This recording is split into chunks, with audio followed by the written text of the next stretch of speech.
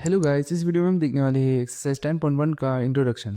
इस चैप्टर के अंदर चैप्टर 4 सिंपल इक्वेशंस के भी कुछ कॉन्सेप्ट्स है। तो चलिए पहले उन कॉन्सेप्ट्स को रिकैप करते हैं और बाद में इस चैप्टर के कॉन्सेप्ट्स को देखते हैं। चैप्टर 4 के ये 4 टॉपिक्स चैप्टर 10 के अंदर भी है। तो फर्स्ट टॉपिक है ऑपरेटर। ऑपरेटर ऐसा सिंबल होता है जो मैथमेटिकल ऑपरेशंस जैसे कि एडिशन, सब्ट्रैक्शन, मल्टीप्लिकेशन और डिवीजन को रिप्रेजेंट करता है। मैथमेटिक्स के अंदर टोटल 4 ऑपरेटर्स है, प्लस, माइनस, मल्टीप्लाई और डिवाइड। यहाँ पर 4 into 3 के अंदर मल्टीप्लिकेशन का साइन एक ऑपरेटर है। नेक्स्ट हम जान लेंगे कि वेरिएबल क्या होता है। वेरिएबल एक लेटर या सिंबल होता है जो कि एक अननोन वैल्यू को रिप्रेजेंट करता है। जैसे कि आप इस इक्वेशन के अंदर x एक वेरिएबल है क्योंकि ये अननोन वैल्यू को रिप्रेजेंट कर रहा है। अगर हम इस इक्वेशन को सॉल्व करेंगे तो हमें x की वैल्यू 7 मिलेगी क्योंकि 7 + 3 करने पर हमें मिलता है 10। नेक्स्ट हम जान लेंगे कांस्टेंट क्या होता है। कांस्टेंट एक फिक्स वैल्यू होती है जो चेंज नहीं हो सकती है। तो यहाँ पर 3x + 7 के अंदर 7 एक कांस्टेंट है। नेक्स्ट हम जान लेंगे कि एक्सप्रेशन क्या होता है। एक्सप्रेशन कॉम्बिनेशन होता है नंबर्स, वेरिएबल्स और ऑपरेटर्स का जो कि वैल्यू को रिप्रेजेंट करता है। जैसे कि अब हम एग्जांपल दिया गया है 2x + 5 एक एक्सप्रेशन है क्योंकि अगर यहाँ पर हमें x की वैल्यू गिवन होती तो इस एक्सप्रेशन के अंदर x की वैल्यू पुट करने के बाद हमें एक वैल्यू मिलती थी। तो इसका मतलब ये है एक एक्सप्रेशन जो कि वैल्यू को रिप्रेजेंट कर रहा है। इसी तरीके से 3x² भी एक एक्सप्रेशन हो जाएगा, x³ भी एक एक्सप्रेशन हो जाएगा और 4 भी एक एक्सप्रेशन हो जाएगा क्योंकि वो वैल्यू को ही रिप्रेजेंट कर रहा है। नेक्स्ट हम देखेंगे कि एक्सप्रेशन फॉर्म कैसे होते हैं। फर्स्ट हमें एक एग्जांपल दिया गया 2x + 5। 2x + 5 फॉर्म होता है जब हम x को मल्टीप्लाई करते हैं 2 से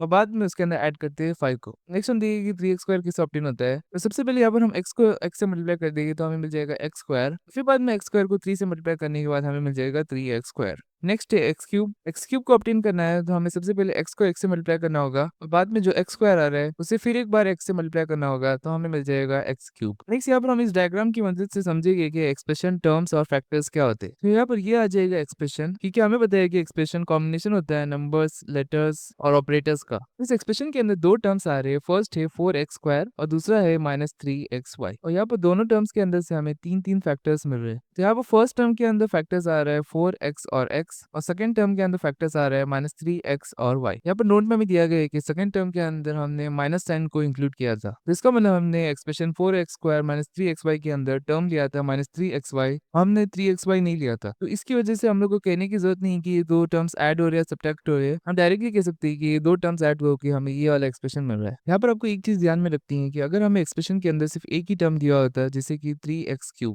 तो इस एक्सप्रेशन के अंदर से सिर्फ एक ही टर्म निकलता 3x³ और फिर इस टर्म के चार फैक्टर्स निकलते 3x, x और x।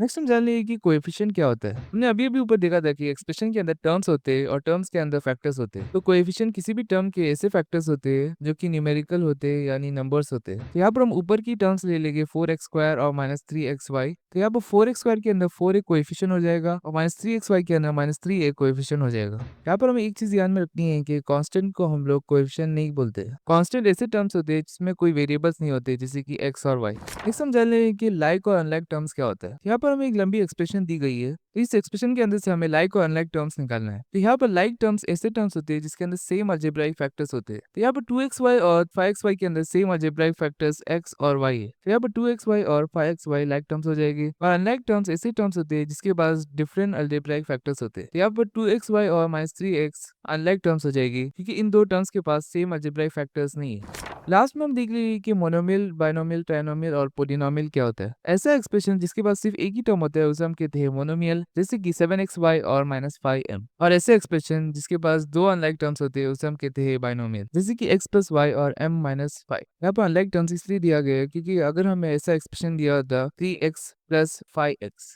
तो देखने में तो ये लग रहा है कि एक्सप्रेशन के पास दो टर्म्स है तो ये बाइनोमियल होना चाहिए, लेकिन इसके अंदर जो दो टर्म्स है वो लाइक टर्म्स है जो कि ऐड हो सकते हैं। तो यहाँ पर इन दोनों को ऐड करने के बाद मुझे मिलेगा 8x। तो इसका मतलब ये मोनोमियल एक्सप्रेशन हो जाएगा। तो इसका मतलब एक्सप्रेशन बाइनोमियल तभी होता है जब भी उस एक्सप्रेशन के अंदर दो अनलाइक टर्म्स प्रेजेंट है। जैसे कि एग्जांपल के तौर पर 5m + 3n, क्योंकि इन दोनों टर्म्स के अलजेब्राइक फैक्टर्स डिफरेंट है तो इसलिए हम इन दो टर्म्स को ऐड नहीं कर सकते, इसलिए ये हो जाएगा बाइनोमियल एक्सप्रेशन का एग्जांपल। इसी तरीके से ऐसा एक्सप्रेशन जिसके अंदर तीन अनलाइक टर्म्स प्रेजेंट है उसे हम कहते हैं ट्राइनोमियल एक्सप्रेशन जैसे कि x + y + 7 और ऐसा एक्सप्रेशन जिसके पास एक या एक से ज्यादा टर्म्स होते हैं उसे हम कहते हैं पोलिनोमियल एक्सप्रेशन। तो इसका मतलब मोनोमियल, बाइनोमियल, ट्राइनोमियल सभी को हम लोग पोलिनोमियल्स कह सकते हैं। तो हमारा एक्सरसाइज 10.1 का इंट्रोडक्शन खलास हो चुका है। इस पूरे चैप्टर की लेक्चर नोट्स आपको नीचे डिस्क्रिप्शन में मिल जाएगी। अगर आपको क्वेश्चन नंबर 1 देखना है तो आप इस वाले वीडियो में क्लिक कर सकते हो। अगर आपको चैप्टर 10 की प्लेलिस्ट चाहिए तो आप इस वाले प्लेलिस्ट में क्लिक कर सकते हो। अगर आपको क्लास 7 इंग्लिश की समरीज चाहिए तो आप इस वाले प्लेलिस्ट में क्लिक कर सकते हो। ऐसे हेल्पफुल वीडियोस के लिए चैनल को सब्सक्राइब जरूर से कर देना।